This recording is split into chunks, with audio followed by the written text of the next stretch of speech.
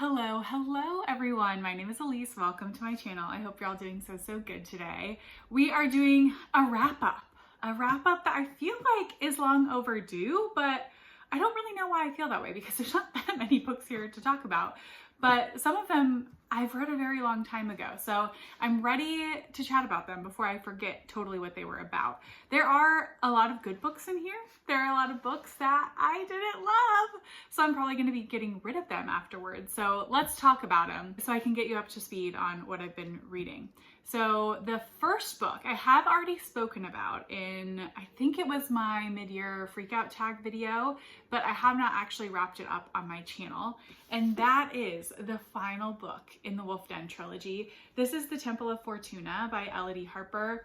This is published by Union Square. It's published by Head of Zeus in the UK, which is where my first book is from in this trilogy. This book was a really great conclusion to this trilogy. I want more people to read this. I think these books are so underrated. I am not a historical fiction reader for the most part. At least I purport that a lot on my channel, that I don't read a lot of historical fiction. Although this year, things are maybe a change in, and this is definitely a part of the reason why. So this series is following our main character, Amara.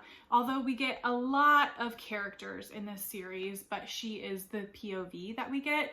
She is, at the beginning of the first novel, sold into slavery. She ends up being sold to a man who owns a brothel called the Wolf Den, hence the namesake of the first book. And it is really about her friends and relationships that she makes along the way of trying to get out of slavery by any means necessary. And it's really about Pompeii, where this trilogy is set as well. So I love the character work. I think that is the shining star of these books. That continued on in this book. This third book in particular, I think kind of mirrored the second book for me, that there are a couple things I didn't totally love. Overall, though, as a trilogy, it is like a 5-star trilogy for me. Even if the singular one wasn't 5 stars, I would say this is maybe a 4. But I desperately wanted to know what was going to happen to the characters. I think the setting is so well rendered in this series, and especially in this last book. And it really takes some unexpected turns. Some expected turns and some unexpected ones, because there are so many plot threads going on in this series. And this one really wraps all of them up. So if you don't like something that's going to wrap up open-ended, this one will not do that. It has very clear endings for all of the plot threads in the story. So if you love really strong female characters, if you're okay with some trigger warnings related to slavery and indentured servitude, especially sex slavery, which I don't think this is gratuitously done, but there is content in there, then I would really encourage you to pick up this series. So phenomenal. Love, love, love, love. Next up, a book that actually matches The Temple of Fortuna, we have At the Edge of the Woods by Kathryn Bromwich. This is published by $2 Radio. And this book, actually, I was reading for my next episode of 2 Books, 1 Title, where I read 2 books on my shelves with the same title and talk about the title integration and how they do it differently or similarly. And this book I finished, but I could not finish. I DNF'd the other book that shared the same title. So that video is no more. I've deleted what I had filmed of that video, which I'm very sad about. But this one I did enjoy. It wasn't my favorite. So this one also was slightly disappointing for me. This novel, we're following our main character, I don't remember her name, Laura. She starts off living in a cabin in the woods in rural Italy, and we just get plopped right in, seeing the routine of her life. She feels very much like an outsider in this village. And then we get a friend that comes to visit, a friend from her old life. We realize her life has sort of been fractured into 2 parts. And we get a friend from her old life and then start getting flashbacks about how she got here in the first place. But really, this book just didn't totally work for me. I felt like I've read other things that were really similar that did this better. This was definitely giving me The Wall vibes by Marlon Haushofer, translated by Sean Whiteside, and I like The Wall much better than this. It also kind of reminded me of Bluebeard's Castle. I can't remember the name of the author, so I'll put her below. And I think that book did the elements it was doing in here better. So I just feel like it suffered by me having read stuff that was doing the same exact thing and enjoying it better in a different novel.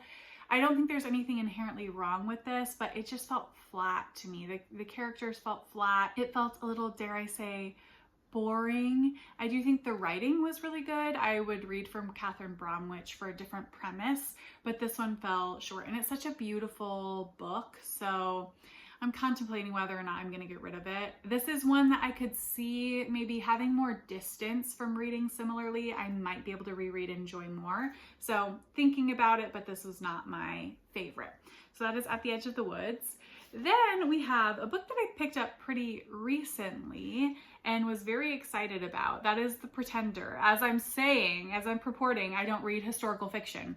Here I am with yet another historical fiction.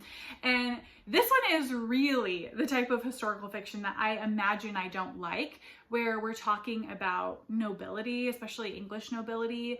I just feel like I'm not as excited about that as most people are, but I wanted to read this because I heard Brett from Brett's Book Corner, Brett's Bookshelf, Brett's Book Stack, maybe, say that he comped this to the show The Great, which I love. I adore that show. And I can see the similarities. This has kind of like some dark humor. It has a little bit of a romance in it. And it has this like farcical ideology when it comes to the British monarchy. And those are the comparisons to The Great. I do think this gets much more bogged down into some of the political machinations than The Great does, although The Great does that a little bit too. But this one is more political, I would say. But I overall did enjoy this one. We are following a boy with many names. I'm gonna call him John because that's the name that he starts off with. And that's actually something that I think this book does really well, but I'll get to that in a second. We are following John, who has someone arrive at the farm that he grew up on one day and tells him that he is actually a part of the bloodline for the monarchy and that his true name is Edward. So he gets taken from his farm at a very young age. He's like a preteen at this point, and goes off on this journey where many people are entering his orbit trying to prepare him to take over the monarchy. These are in the days where the monarchy was not necessarily a safe position to be in, and everybody's sort of vying for power. The people who oppose him call him a pretender, which is really interesting. There's a foil of a potentially other pretender, right? When you don't have things like DNA testing and you can sort of make a claim to being a part of a bloodline. So there's this push and pull with him being a pretender or having a true claim to the throne. And all of these people are trying to get a piece of it, right? All of these people that want to hitch themselves to his wagon and build him up into this monarch are doing it because they see it as a way for them to come into power. So everybody is really trying to manipulate him and use him for their own benefit. And we get to see this young boy who's very innocent get forced into this life of treachery, essentially, and how it changes him fundamentally as a person. We also get a romance along the way, which I do think was done really well. I think the female character that they used for that was really beautifully rendered. She's so intelligent and fragile and strong at the same time.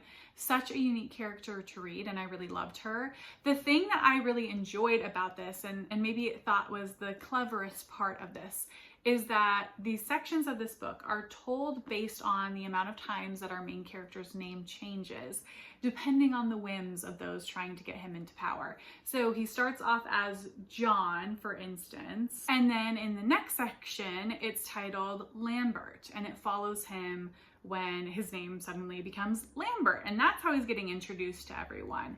And on we go into all these iterations of self for him. And I thought that was such a clever way to do it because it not only shows the transient nature of his life and what his life has become, but it really shows how much he's being twisted into different people based on the adults around him. So really intriguing. I would definitely recommend. I thought this was so smartly written and there are a lot of funny elements into it. And yeah, just as a whole piece, I really loved it. So that is The Pretender. Then we have a buddy read that I did, and that was for Filthy Animals by Brandon Taylor. This is published by Riverhead Books, which is an imprint of Penguin Random House. This is my first Brandon Taylor. I own Real Life somewhere on my shelves, but I have not read it yet. This is a short story collection of his, and I'm sorry to say this was so mid for me. So mid. I am going to be unhauling this after this video. Oh, God, I still have hopes for Real Life as a novel. These stories, oh God, what even were they? I just don't really know. So what can I even tell you about this? They are interconnected, but they were characters that I never wanted to come back to. By the end, I was so sick of following this toxic relationship that gets a lot of stories about it. I felt like this was just like, it was like, okay, it's sad. And what? Like, for why? Could this be real in some ways? Yes, but it's like, okay, why are you, like, I already know life is sad. Like, I don't need you to tell me that. I wanted there to be like a purpose to the sadness instead of it just being like, here's this sad moment, bye. It didn't really make sense to me. And, you know, if I'm being generous, maybe he's trying to just show queer sadness and queer messiness on the page, which is totally fair to do. It just didn't do anything. I just feel like this didn't have anything to say. And I didn't enjoy it for that reason. So if you love this, please tell me what you loved about it, so I can maybe see if I can expand my thoughts around it. But yeah, this was not for me. But I am still going to pick up his novel and hope that that is a better fit for me. So that is Filthy Animals. Then I picked up a poetry collection, Night Sky with Exit Wounds by Ocean Vuong. This is by Copper Canyon Press, which is local to me. They're from Washington State, which is where I live. So this book, much beloved, much beloved. And it was good. It was good, not great in my opinion. There's a lot of poems about family and there's a lot of poems about queer eroticism, and the meshing for me didn't always work of that. Sometimes it felt really cohesive and I'm like, okay, I get the interplay between this and how, you know, family life and values and beliefs are impacting queerness and eroticism and are impacting family life. I got that in some parts, but in other parts it felt really scattered for me. And some poems just really didn't work at all. I didn't understand what it was trying to say, but then some were really beautiful. So there was a lot of back and forth for me in this collection of really loving a poem and then not enjoying a poem. So I would still recommend to people, like, there are a lot of beautiful pieces in this, but I wanted the collection as a whole to be a stronger unit. But I will try from him again. I'm actually planning on reading On Earth We're Briefly Gorgeous soon. Hint, hint, maybe you know why. I might be reading something off my shelf soon. But yeah, so that is Night Sky with Exit Wounds. Good, decent. And then we get into the books for my Two Lines Press video. So I forgot to mention at the top, but I try to put all of the books that have already come out in videos at the end of my wrap up. So these three are the ones that I read for my Two Lines Press Publisher Taste Test video. We'll go in the order that I read them for that video. First up, we have Woodworm by Layla Martinez. This is translated from the Spanish by Sophie Hughes and Annie McDermott, published by Two Lines Press, of course. And this is actually Two Lines Press best-selling novel to date. I wanted to read it in the video for that reason. This is a horror novel. It is a revenge story that also has a haunted house-like element. So we're following 3 generations of women who live in a very rural part of Spain. There is a lot of corruption, and the main theme in here is class. Grief is a secondary theme, but the main dominant theme is class. The wealthy families in the village exploit all of the poor people in the village, and it's this never-ending vicious cycle that none of the generations can seem to get out of. And really, this family of women is grappling with this idea of what happens when you have no recourse or path to justice. It does not exist for you. There is no way that it would be able to happen legally. What do you do at that point? Maybe revenge is your only option, is sort of the path that these women go down. And yeah, this book was really interesting. I think it had a lot of layers. I think it really knew what it wanted to be going into the book, and it accomplished that. And I can see why it was such a good selling book for Two Lines Press. I do also think this lovely cover and like cloth bound hardcover edition also sells copies. You better believe it does. So yeah, I really enjoyed this book and would thoroughly recommend. It also has these lovely kind of like illustrations of the house. So you get an image of the house without the spirits. And then on the flip side, you get it with the spirits there, and there's some in the back as well. So yeah, really enjoyed Woodworm. Very happy to have read it. Then we read a new release from Two Lines Press, and that is Mending Bodies by Han Lai-chu, translated by Jacqueline Leung. And this had a premise that was so fascinating to me. So fascinating. It is a dystopian society in which the government has incentivized people conjoining their bodies together, particularly couples. So actually getting themselves sewn together. Very interesting timing with the movie Together coming out, which is also about conjoining, but it's not a choice. It's happening against their will. So this one, I'm just gonna say right off the bat, it didn't work for me. It did not work for me. We'll talk about it. We'll talk about it. So we are following our main character who is writing her dissertation. It starts off being against conjoinment, and we do get chapters that are the dissertation. So we're reading the dissertation whilst seeing it play out. I don't think that really worked. I don't think it really worked. The dissertation didn't feel dissertation enough. It wasn't the type of professional writing that you would actually see in a dissertation. It just needed to push that like really far. It felt like a diary more so, and that just wasn't believable to me. So that part I don't think really worked. What I'll say about this is it's just so scattered. It was way too scattered for me. Some of the plot choices, literally I could not tell you why they were being done. And while the premise was so strong, the execution for me just did not work. I thought the meaning behind the novel was clunky and obvious, and it needed a lot more finesse in my opinion. So that is Mending Bodies. That was not a win for me. I will be unhauling this book, sadly. It is gorgeous. It has the French flaps, but yeah, not for me. Mending Bodies is gonna go. And then the last book for the Two Lines Press video was Self-Portrait in Green by Marie NDiaye, translated by Jordan Stump from the French. Ooh, I love this book. I love this book. And it's so interesting talking about this book after this one, because this book also makes no fucking sense. It makes no sense. I could not understand what the fuck was going on while I was reading it, and yet I fucking loved it. I loved it. It reminded me in that way of Vita Nostra, where you just really don't know what's going on, but you don't care. It's such a fun ride to be on, and the writing is so spectacular in this. I was totally spellbound by the writing and enjoyed every page. This also has photographs. I'll show you just a couple of them that are in here as well that add to the mystery, but somehow still fit. And I do think this book needed to be as short as it was. It is very short, and that works. If it had been longer, it would have lost its charm and started to fall into like, okay, like I'm getting sick of the sameness of this. But this was just the perfect package for what it was trying to do.